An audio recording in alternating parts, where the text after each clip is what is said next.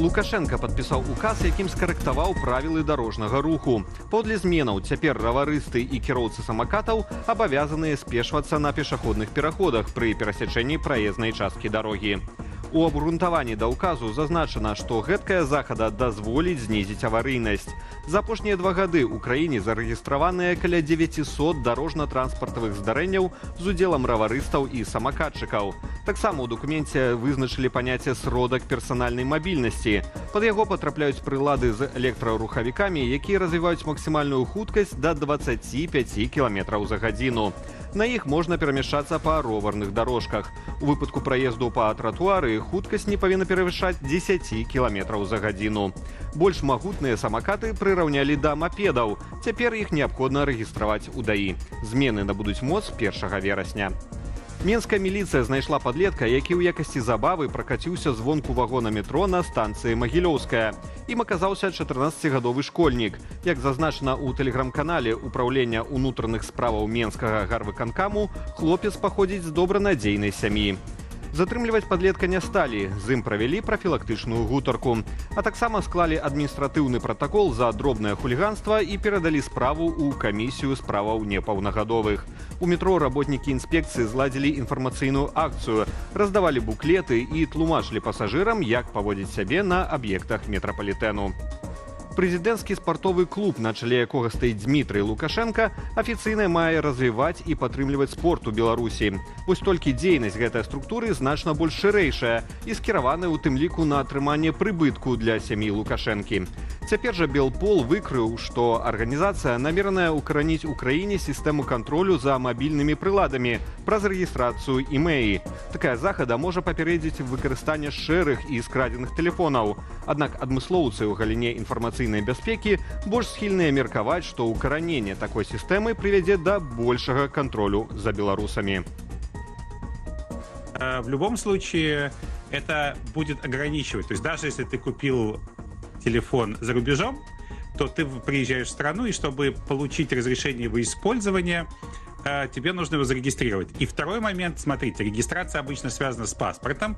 То есть, условно говоря, это дополнительный инструмент слежки, потому что будет видно, кто какими устройствами пользуется, какие сим-карты вставляет, и, соответственно, пространство для приватности жизни белорусов становится все меньше. Базовое, что получают правоохранительные службы, это, конечно же, данные геолокации, кто с кем как часто созванивается. И если мы говорим про мобильный интернет, то если не используется VPN, то видно, кто какие сайты посещает. Это достаточно большой объем данных. И фактически, легче будет отслеживать белорусов в Беларуси. Дрон, што заляцеў у Літву з тэрыторыі Беларусі, меў 2 кілаграмы выбуховага ладунку. Пра гэта паведаміла літоўская генеральная пракуратура, перадае тэлеканал ЛРТ.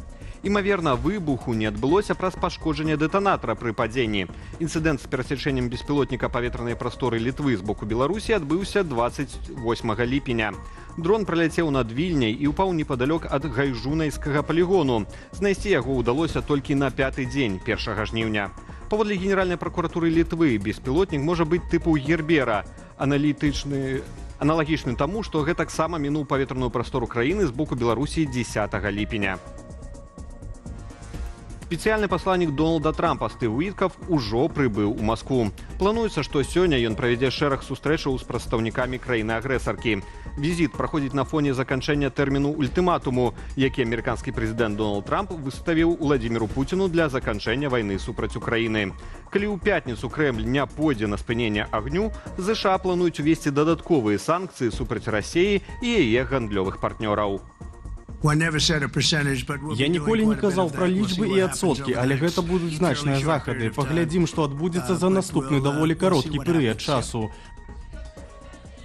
Вы ведаеце, у нас заўтра сустрэча з Расіяй. Паглядзім, што адбудзецца. Мы прымем рашэнне найбліжэйшым часам. Напярэдадні Трамп правёў перамовы з Уладзімірам Зеленскім, абмеркаваўшы сярод іншага хаду перамоўнага працэсу з Расіяй.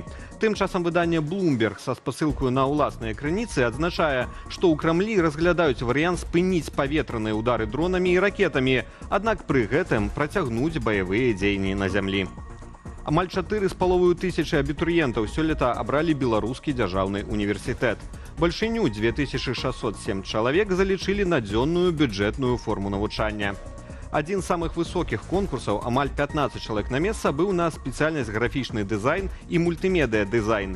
Найбольшыя ж прахадныя балы, каля 400, на спецыяльнасці сусветная эканоміка, міжнароднае права, міжнародная эканоміка і гандаль, а таксама на прыкладную інфарматыку. Прычым гэткія кірункі мелі высокія балы і на дзённай платнай форме навучання, на якую агулам залічылі 1401 абітурыента. У адной з вёсак Уздзенскага раёну бульдозерамі знеслі адразу некалькі дамоў, адмыслова пабудаваных для маладых спецыялістаў. Відэа зносу будынка ў вёсцы Прусінава апублікаваў тэлеграм-канал «Беларусь з МКАДам». Аўтар апавядае, што дамы былі пабудаваныя для моладзі, аднак забавіць іх на працу не ўдалося. Пэўны час навабуды папуставалі, іх нават не выстаўлялі на продаж. Цяпер жа, паводле мясцовага жыхара, чыноўнікі не знайшлі нічога лепшага, як проста знесці пабудовы. Міністэрства антыманапольнага рэгулявання і гандлю нядаўна справаздачылася, што знайшло вінаватых у сёлетнім бульбяным крызісе ў крамах. Аказваецца, праблема была не ў запасах, а ў паводзінах некаторых вытворцаў і дастаўнікоў. Нашыя журналісты пад выглядам прыватных асобаў пагутарылі з адным з такіх прадпрыемстваў. І вось што высветлілі.